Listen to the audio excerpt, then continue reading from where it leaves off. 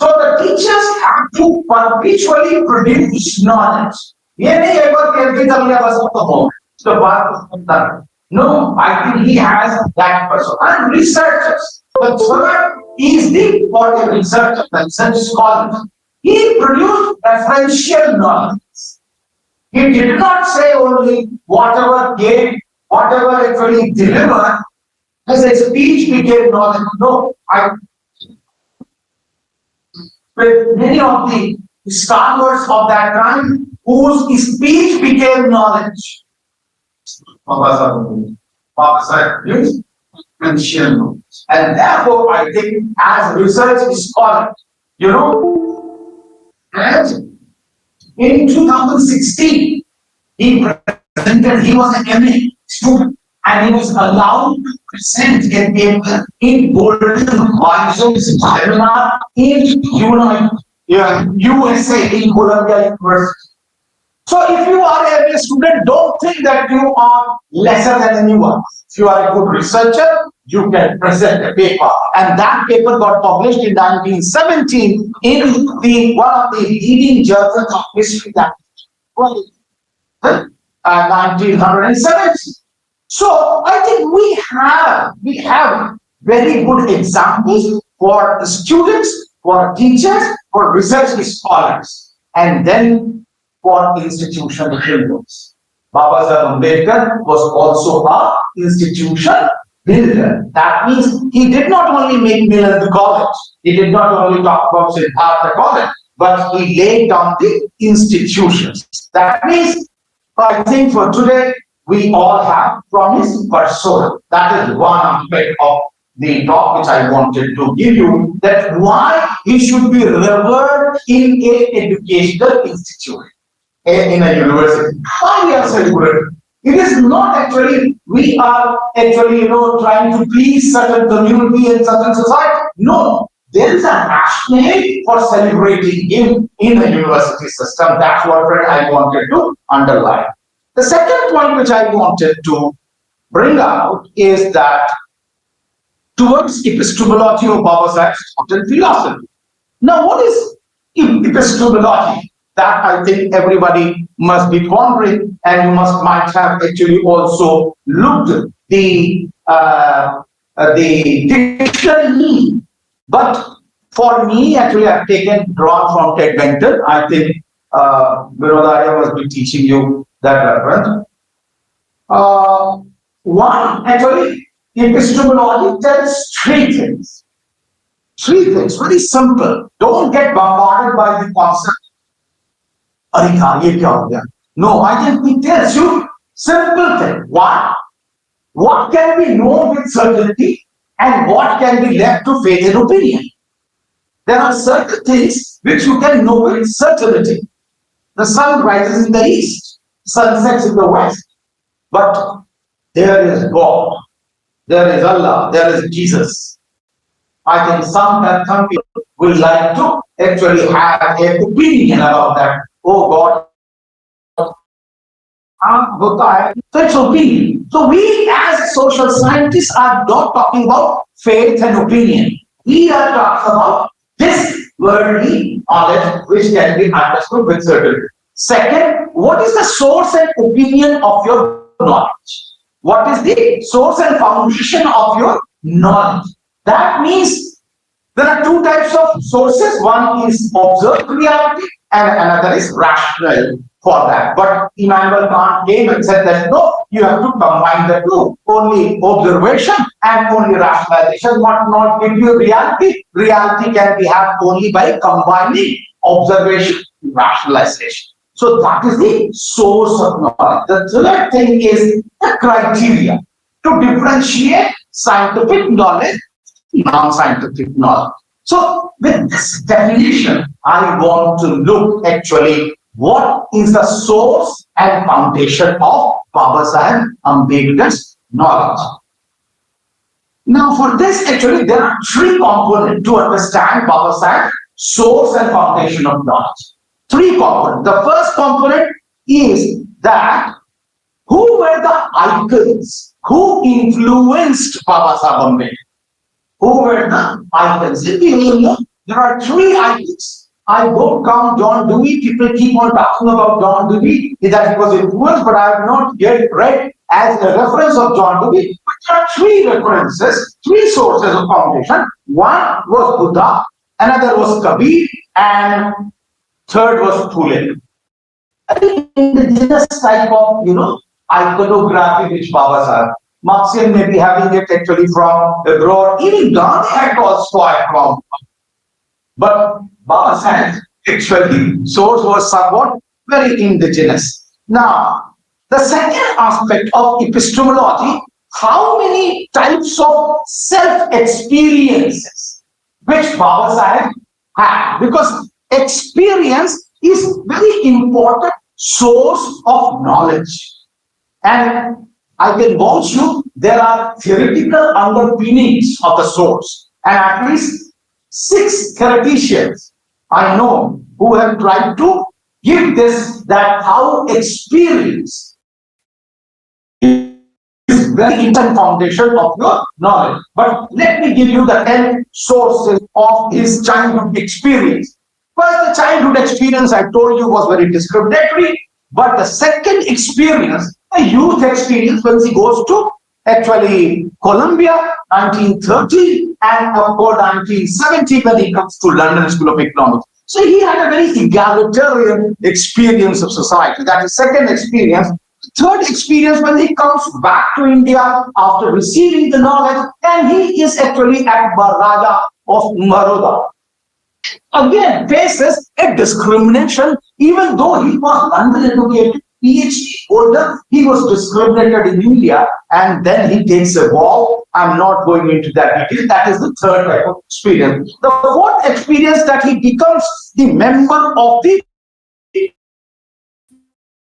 Viceroy Council. He becomes the member, and then he has actually power at this moment, and of course the alien power of the British as well. The fifth is as a leader of the opposition, or leading the socio-political movement of the excluded communities, and you can Mahar Satyagraha temple where he wanted undergo. The sixth is common member of the Constituent Assembly.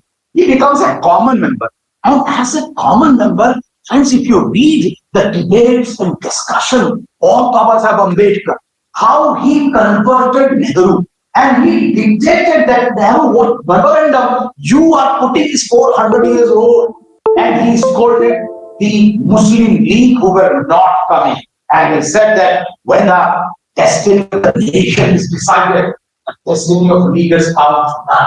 And therefore, I will give a benefit of doubt to the Muslim League and the Congress who are fighting together. They should give up their egos and let us come together. Now, this is the experience as a common member. Then he becomes the chairman of the drafting committee. And friends, chairman of the drafting committee is a Herculean task. I give you one data only to prove what Herculean task he did.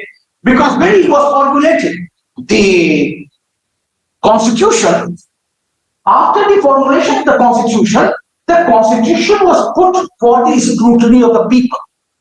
And sir, there were 7,635 amendments to that memorandum. Babasaheb read 7,635 amendments, discarded 5,132 amendments, and included 2,473 amendments. Now, even then, Arun Shourie wrote a text worshipping the false god. He was not the constitution maker.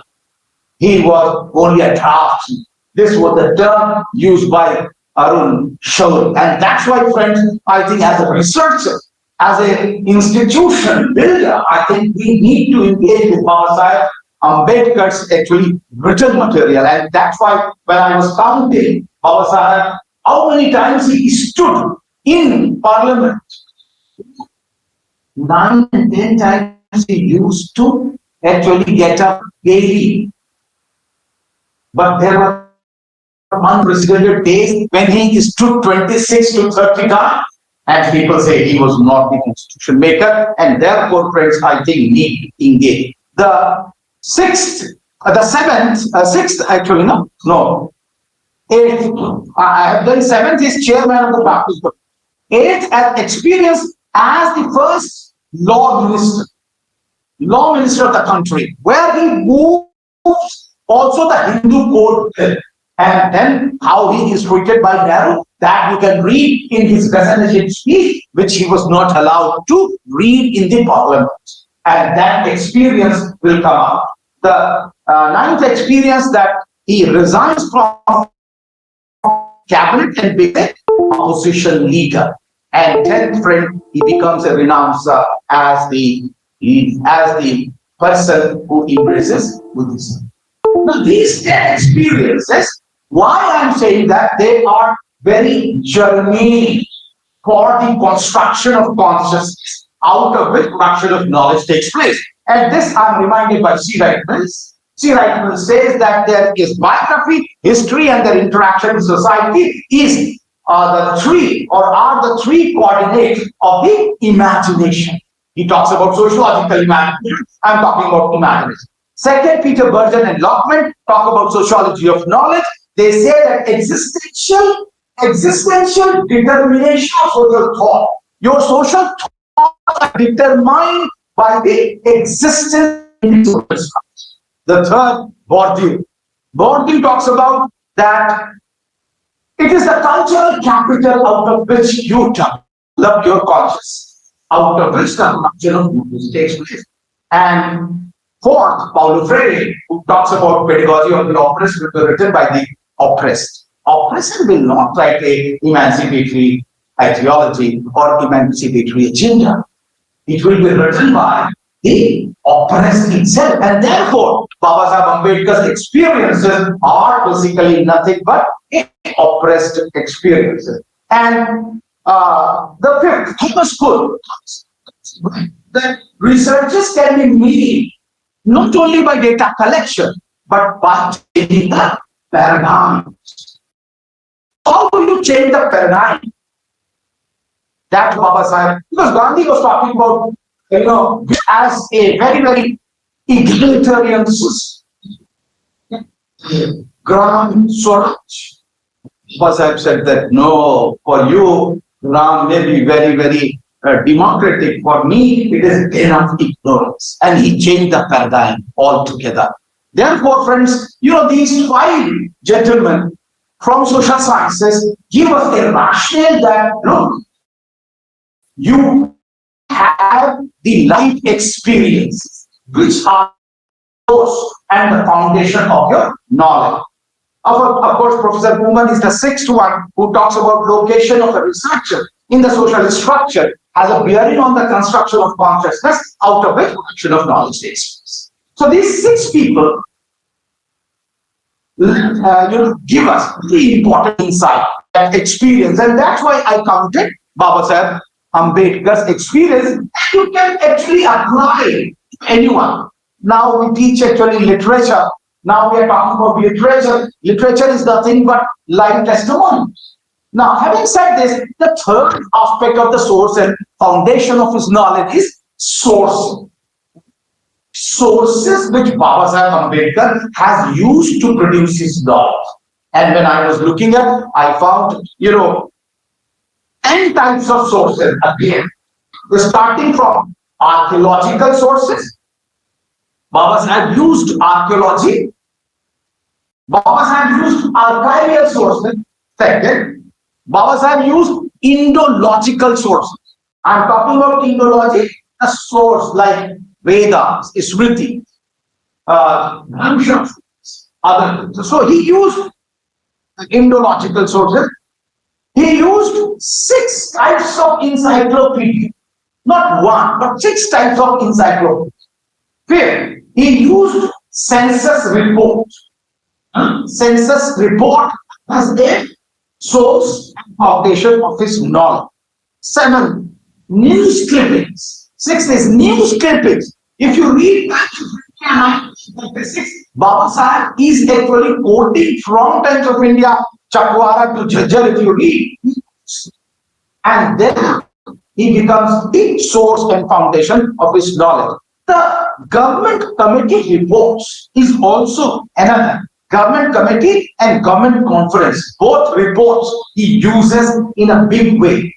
And of course, books and journals were there as aid sources. Personal narratives and personal observation is another, last but not the least. He uses people's observations. He talks to his people. Wherever he goes, he talks to people, and we can look at these 10 types of sources. Having said this, friends, that he has these 10 types of sources, this brings me to the third point, that how to differentiate the commonsensical knowledge from scientific knowledge. And in this context, I think we can see that how Babasaheb Ambedkar has tried to use the production of referential knowledge. And as Baba he was talking about, that he has produced knowledge. And when I was looking, he has 10 streams of knowledge, starting from social, political, economic, religious, constitutional, gender, thoughts of various society, developmental, educational, and last but not the least, the saint poets. I call them saint poets also of Nirguna actually. But he has quotes, Indological. Now, having giving you these characteristics, that how he tries to differentiate. Now, having said this, let me come to the another point of academic production of knowledge, that is that how Babasaheb differentiates the criteria to produce knowledge. How he has tried to differentiate, because Babasaheb Ambedkar is not producing knowledge in a linear mode or in an only verbal manner. Rather, he uses. So I find 5 very important perspectives in Babasaheb Ambedkar's production of knowledge. These 5 perspectives begin from historical perspective. Babasaheb gives his production of knowledge historical perspective. Who were the Shudras? Who were the untouchables? What is the nature of Roman slavery? So he goes into the historical perspective, and that is associated with second perspective, evolutionary. Babasaheb Ambedkar is trying to argue that from simple things become to complex. That is what is evolutionary. Evolution always talks about that. So simply, Babasaheb is talking about that. What is the origin of religion? He said that how religion has emerged from simple to complex.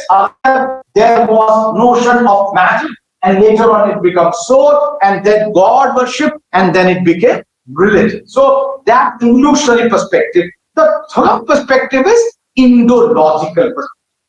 Now, Indological perspective, if you read, then what it becomes?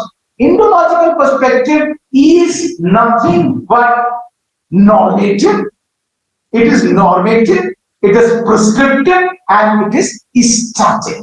Because Babasaheb wanted to understand. For example, there was a very high status of Indian woman, Ghosha, Abala, Maitri. And one very important dialogue which Babasaheb brings is this between Sulabha and Janak.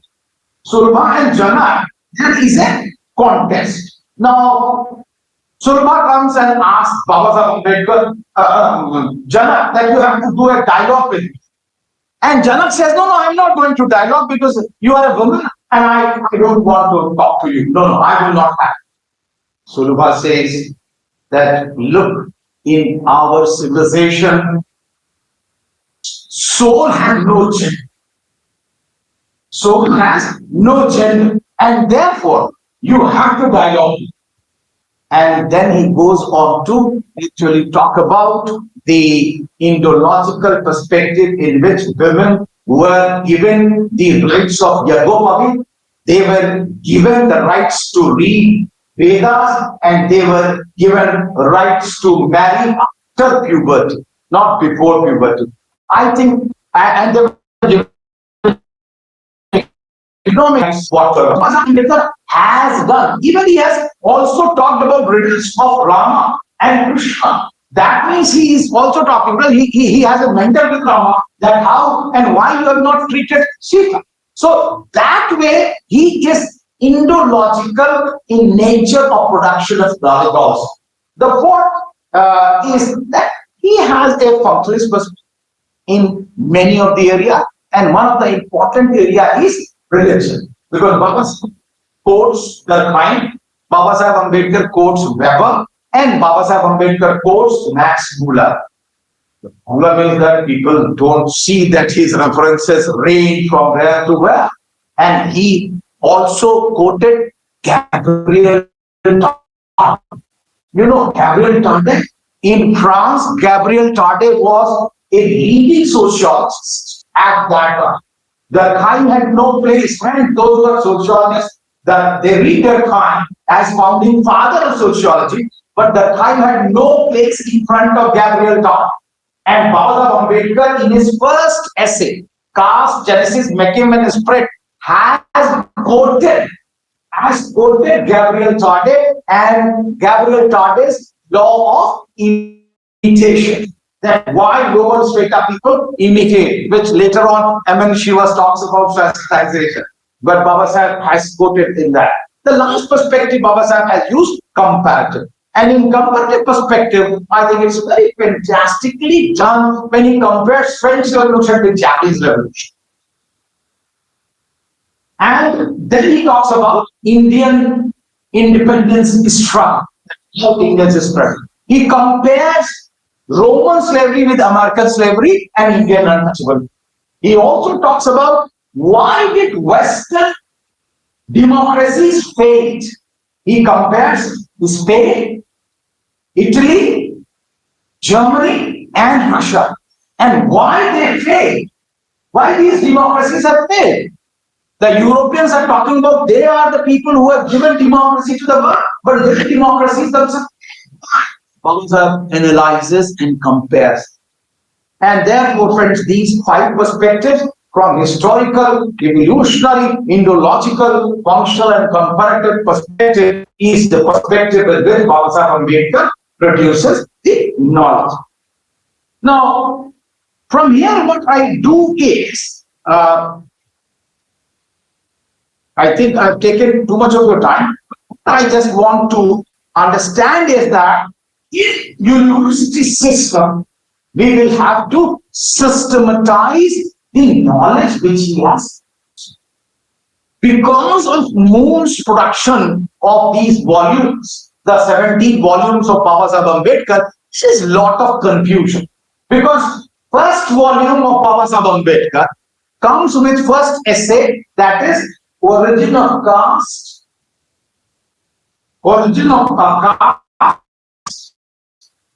Mechanism and Development, and the second is Assessment of Caste.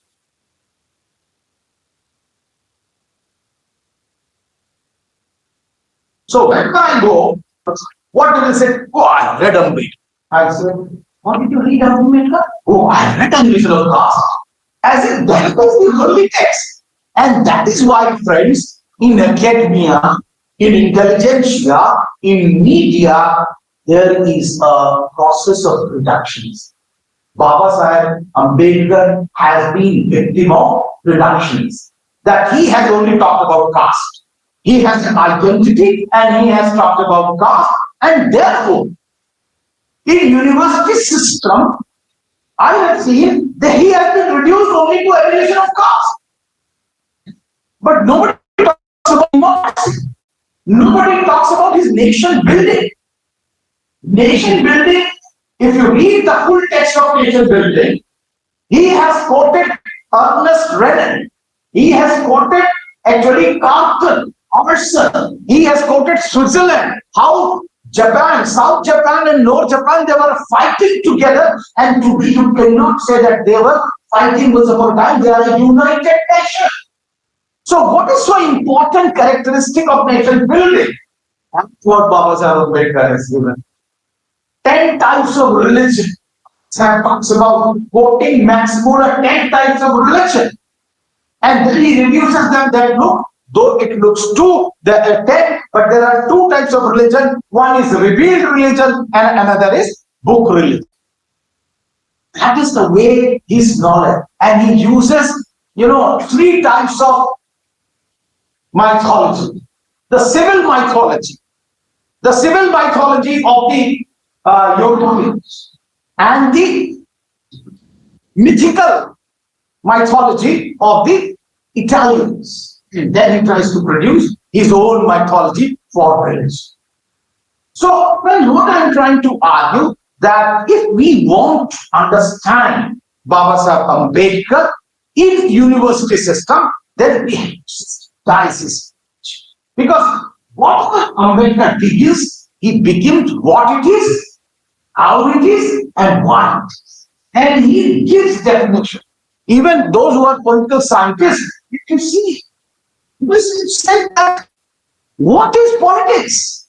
And he quotes Bismarck to define what is politics. And who is a politician? He defines politician also. And then he defines what is democracy. What are the institutional mechanism of the democracy? Then he goes on to define what is a nation. And within the nation, he talks about different types of characteristics of nation building. I will like to only quote one, and that he says that is very important characteristics of nation building, and that is forgetfulness. Forgetfulness is one of the very important characteristics. Vismriti. Because nation as a category is being actually looked down upon. Because people are universals. They talk about universalities and therefore they look down upon nation. But friends, for South Asian, especially the downtrodden, the exploited people, nation was very important. Because nation cannot be without constitution. And it is the constitution which gives the right to the people. If you do not have the right, a nation as a state will police. So establishment of the right is the most important characteristics for nation building. And that's where the self-representation also comes. Now, having given you this framework to understand Babasaheb Ambedkar, I think we as a social scientist should start engaging the Babasaheb Ambedkar with methodology and epistemology. Otherwise, we will end up like any politician who will say, Baba Sahab ne आपको संविधान दिया और आप लोग मान ले रहे हो. बाबा साहब ने आपको शिक्षित हो, संगठित हो, संघर्ष करो, आपको संगठित होने का मंत्र दिया, आप कुछ हो नहीं रहे हो. जय भीम जय. और हम कस के ताली बजाएंगे, आप बोल के चलो. No, I don't think so. We are doing justice with Baba Sahab. Let us make him an academician, not a politician. And I want to ask, with due permission, sir, who is afraid of an academic Ambedkar? Who is afraid of an academic Ambedkar? Nobody is afraid of activist Ambedkar. But I think some people are really afraid of academic Ambedkar. That is what I think as social scientists, as university and institutional practitioners, हम लोगों को ये समझना पड़ेगा. अगर नहीं समझेंगे साथियों, तो बॉल हमारे हाथ से निकलती चली जा रही है, क्योंकि बाबा साहब अम्बेडकर को अंतरराष्ट्रीय स्तर पर, मैं आपको केवल डेटा देकर अपनी बात बता सकता हूं, what is now actually how Ambedkar is being engaged by the social scientists at the Western society. In the Western society, I will name few of them. What did Perry Anderson say in his latest book? 3 ideologist. Look at Perry Anderson.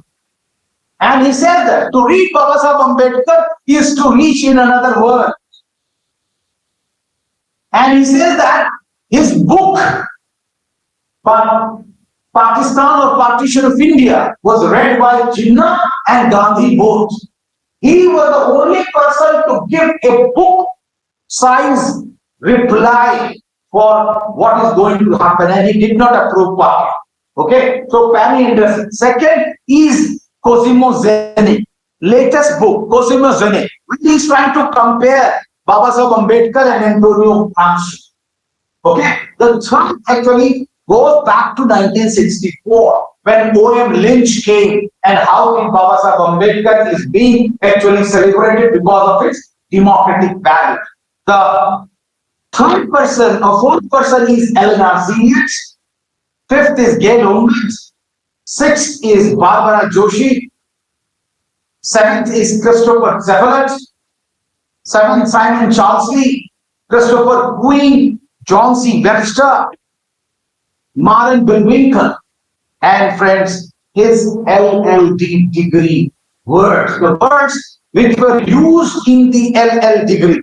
I want, because this is in educational institution, I want to read para of his degree, which was given in on 5th of June 1952. What are the words which have been used for Babasaheb Ambedkar by Columbia University? And that's what I'm saying, that how West is celebrating Babasaheb Ambedkar.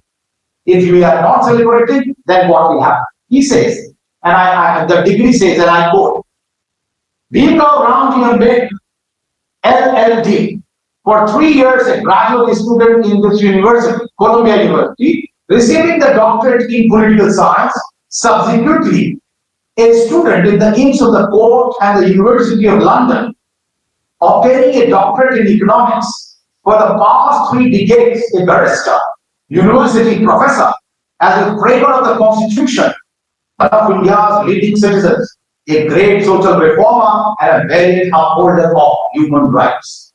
These are the words, friends, has been used by foreign universities. And that is why what is happening now? London School of Economics has a bust of Babasaheb Ambedkar.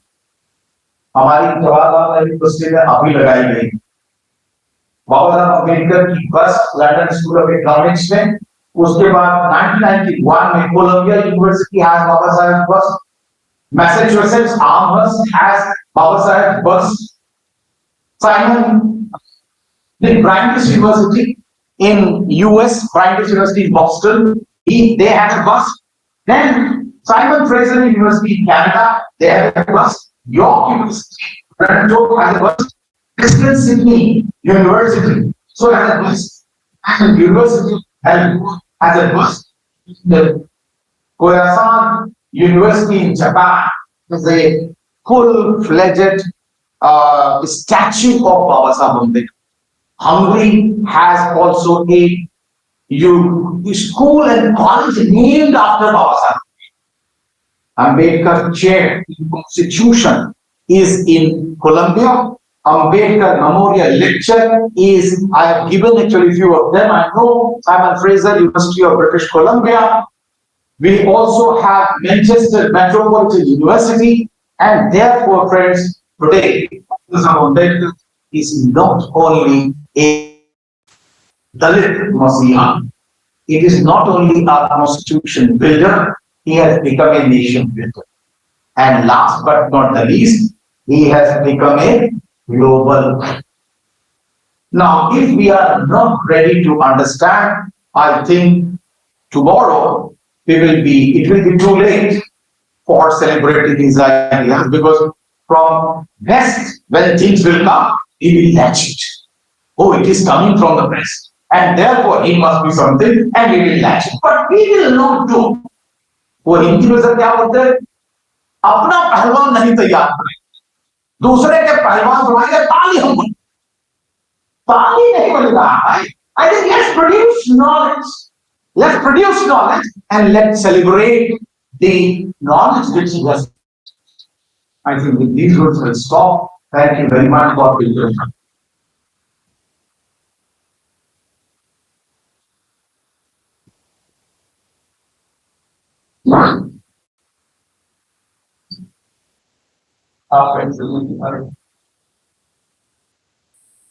It's really very wonderful and thought-provoking idea now you have shared with our audiences, and you have highlighted various perspectives or various dimensions of Dr. Pierre Ambedkar's personality, and we have understood, he was not only a constitutionalist or jurist or politician, rather he was a great nation builder as well as nation institution builder, and not only these one, rather also he was a global and international personality who inspired the people around the world in many universities, which was substantiated the burst which many universities have of Dr. Pierre Ambedkar.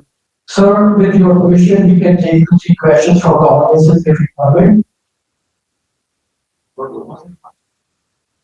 एक teacher अच्छा वो होता है जो question के उत्तर पढ़ने के बाद जाना चाहता है. Thank you so much, sir, for your permission. So, only we are only very short of time, because less time is there. So, with some permission, we can take 2-3 questions. So, anybody who wants to ask any question from sir?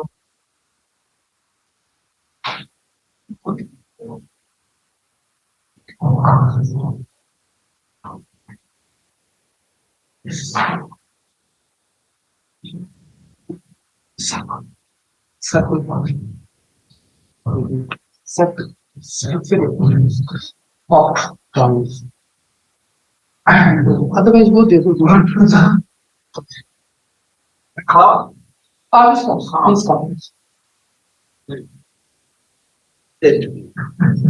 You have a pen? Son, we was celebrating Babasaheb.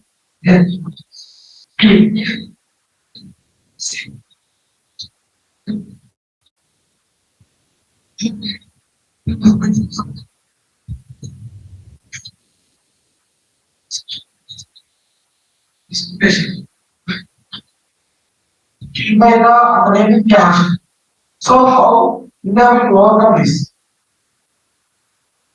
No, one thing is actually you have to see the beginning of the Dalits also. I think we have to see the assumption which is taking place.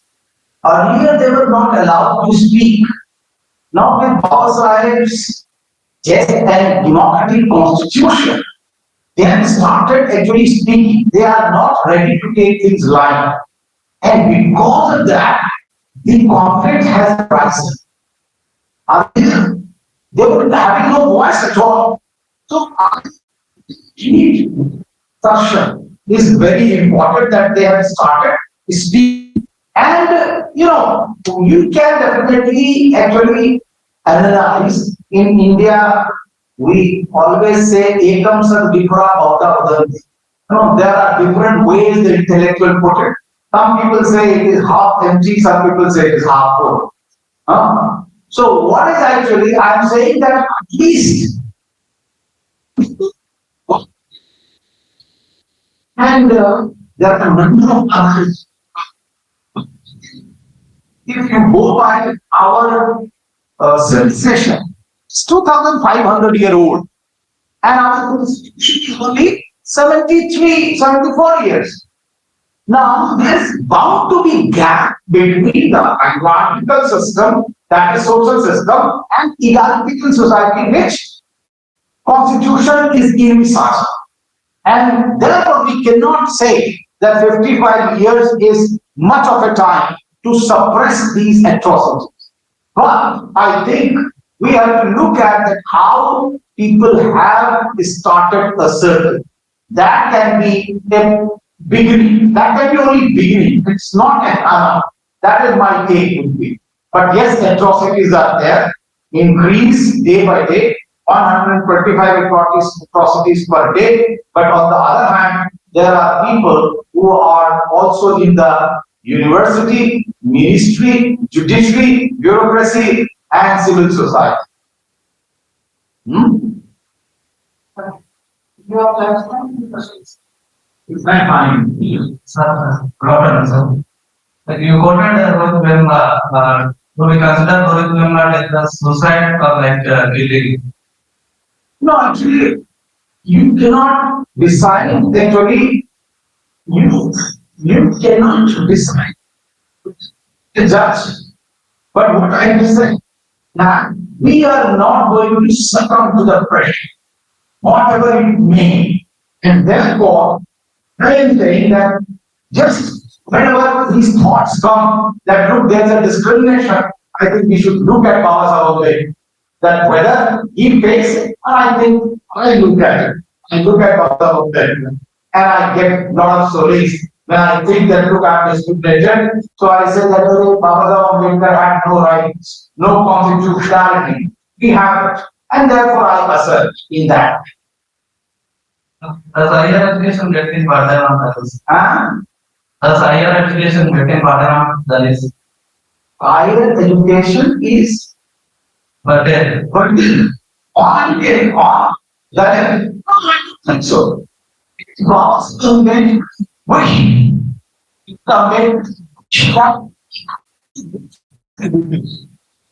I say that actually established in the college, then he had all the modern courses, even sociology, graduation and post-graduation was there.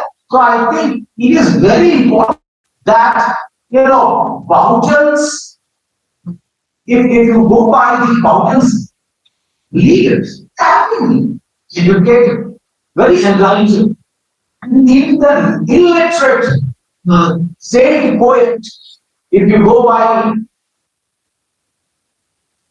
Ravidas, he gave a utopia.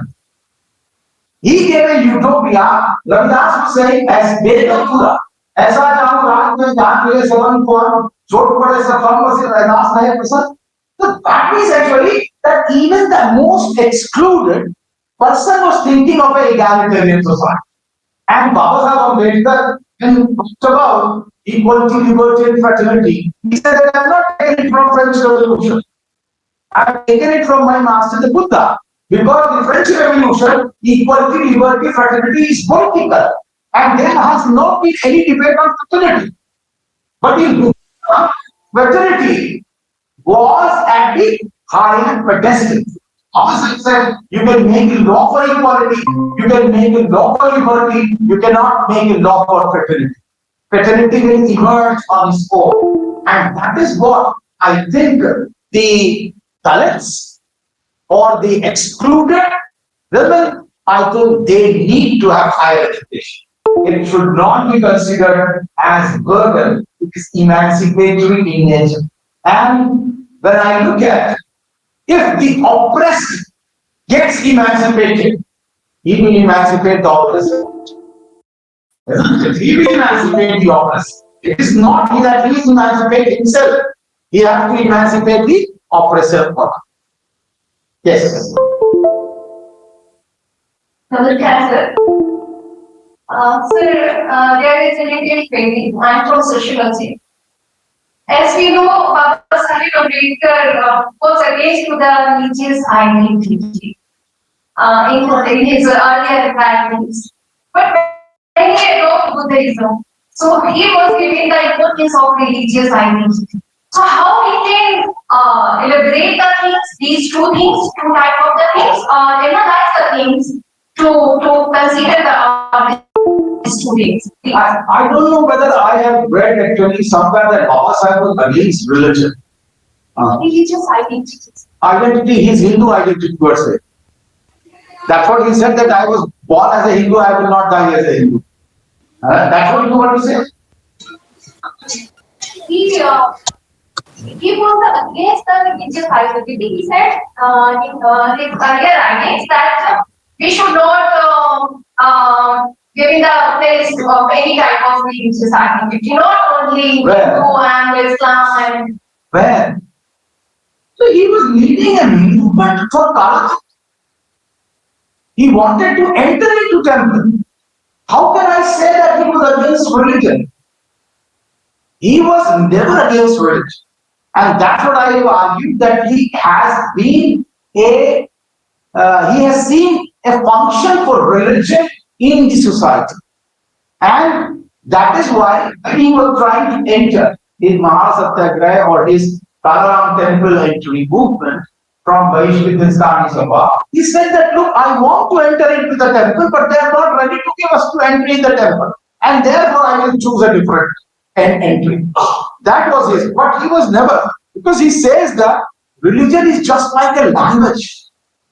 You cannot live without a language. And therefore you cannot live without a religion. It is the controlling power, self-controlling power. The only thing that he says that, there's a difference between Dhamma and Dharma. He says that Dhamma is basically a emancipation of the holistic community, not the individual. Dharma talks about individual emancipation. That categorization he did. And he also talked about that I want a democratic religion. And that's why when he was comparing Karl Marx with Buddha, he says that, but Karl Marx is talking about violent method. Don't actually, I want a democratic religion. That's where the path is.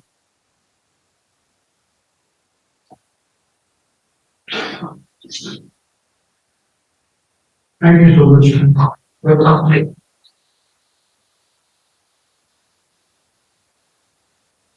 Now I request my colleague, Dr. Luda, kindly propose what happened.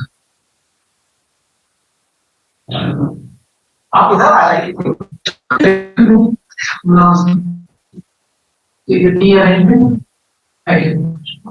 Friends, students, thanks for your patience listening, and I think it is my humble duty, because once sitting with 102 temperature in this webinar hall, he initially said to us that I'll be there for 15 minutes, but for the whole session he is there. So we request our director to change it over before we come over.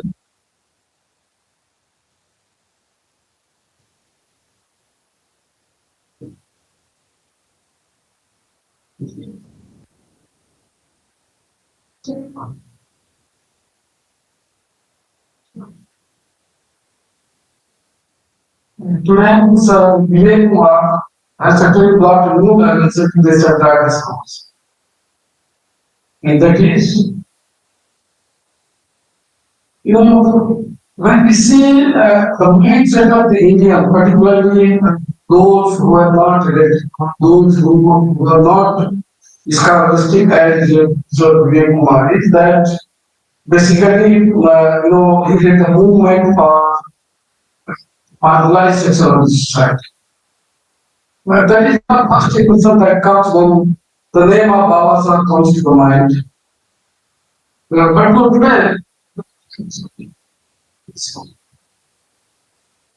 and with all influence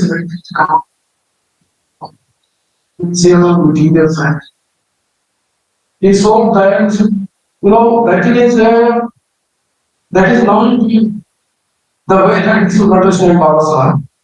There are several other aspects.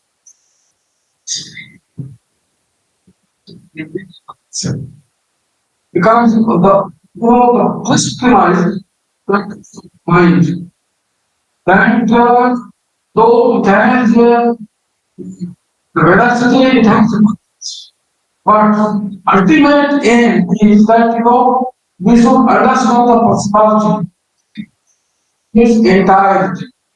So it would be actually a sort of injustice when we limit our thoughts. Would we to think that he knows of his experience. And we cannot afford in civilized society, cannot particularly the high institutions, he can afford thoughts to sort of guilty thoughts about Babasaheb Ambedkar. I'm sure that our students and such scholars we all got all of us in mindset. We have come out of our initial mindset, initial thought about Babasaheb Ambedkar, and we start thinking of this idea that Kumarji has promoted today, and if you really look, we study revisit Ambedkar's work. We bring out new terrorism which has much larger response, which has much larger audience, and much larger impact to create for the betterment of the system. This is what there are thoughts, that will not give the amount of the type of the equality, because equality has several benefits. So the type of equality that today we are thinking about, that will not come out actually, and both of the stylistic viewpoints that are embedded in his writings, and we will not get the benefit of all those things. For me, it was very new way of thinking about Babasaheb, knowing him, the new way of knowing him, whatever time I had, and try to think on these lines and that lines. Yes, to review the actual thought, but that can happen when we study Babasaheb extensively. Without studying, our thoughts will be immature only. So what is concerns some Kumarji has quoted today? With study though, because he has given the ideas. And now it is up to how we use up these ideas. Like that, you can make only when we study extensively, try to understand him, like the holistic ones. Covering all aspects of it. And then, we see his contribution. And then also that several other aspects will come. Useful for cementing the different types of diversity that we have in India, and not only maybe somewhere recent that we have also tried to connect mind with nature. So that is also there. So that's that because the human ways of learning, knowing Babasaheb, thinking, and the more we study about him, more we will celebrate, the more we will learn. So with these words, I can thank the Kumarji. So he always talks with wonderful wisdom. I am hopeful that we continue to interact with our teachers and students, and they will spare time for this teacher also. Thank you, Jai Hind.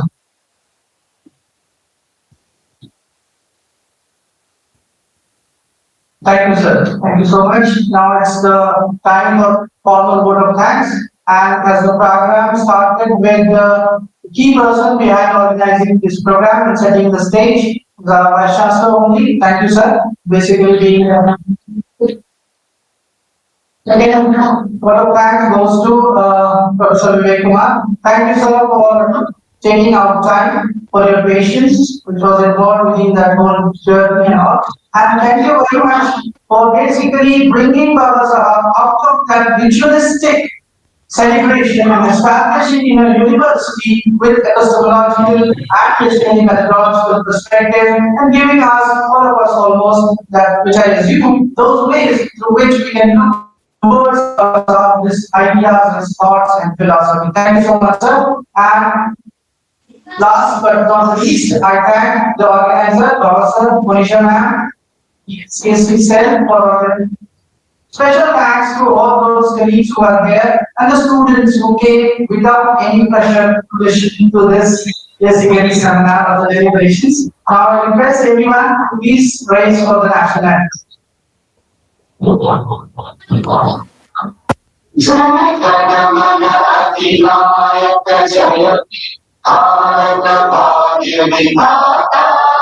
Punjab Sindh Gujarat Maratha Dravid Utkal Bengal Vindhya Himachal Yamuna Ganga उज्जल जलधि तरंगा तव शुभ नामे जागे तव शुभमाशिष पाहि वाहि पौधजय गाथा जगदं मंगलम्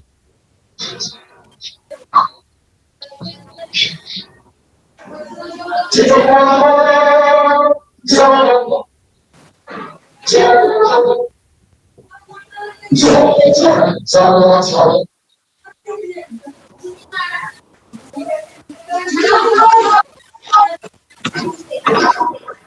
And proceed into the